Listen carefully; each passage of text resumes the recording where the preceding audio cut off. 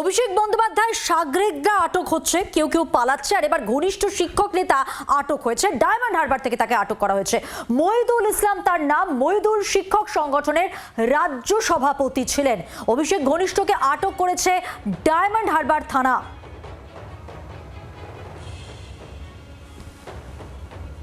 Diamond Harbour থেকে আটক করা হয়েছে মহিদুল ইসলামকে। অভিষেক বন্দ্যোপাধ্যায় ঘনিষ্ঠ শিক্ষক নেতা মহিদুল ইসলাম।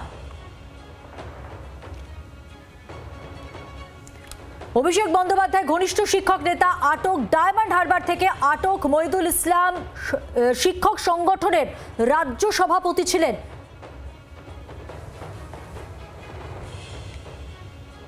আরো একটু বিস্তারিত জানবো। টেলিফোন লাইনে রয়েছেন প্রতিনিধি নকিবউদ্দিন গাজী। নকিবউদ্দিন, কি জানা যাচ্ছে এই মহিদুল ইসলাম সম্পর্কে?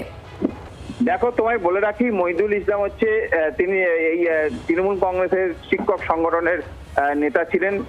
মূলত তার যে অভিষেক বন্দ্যোপাধ্যায়ের ঘনিষ্ঠ, এবং দেখা গেছে যে ছবিতে যে সোনারপুরে যখন ডিম ছোড়া হয় অভিষেক বন্দ্যোপাধ্যায়ের উপরে, সেই সময় কিন্তু সেখানেই কিন্তু মহিদুল ইসলামকেও দেখা গেছে। মূলত তিনি অভিষেক বন্দ্যোপাধ্যায়ের ঘনিষ্ঠ, এবং তার বিরুদ্ধে ডায়মন্ড হারবার থানাতে একাধিক অভিযোগ হয়েছে বলে এমনটা পুলিশ সূত্রে জানা যাচ্ছে।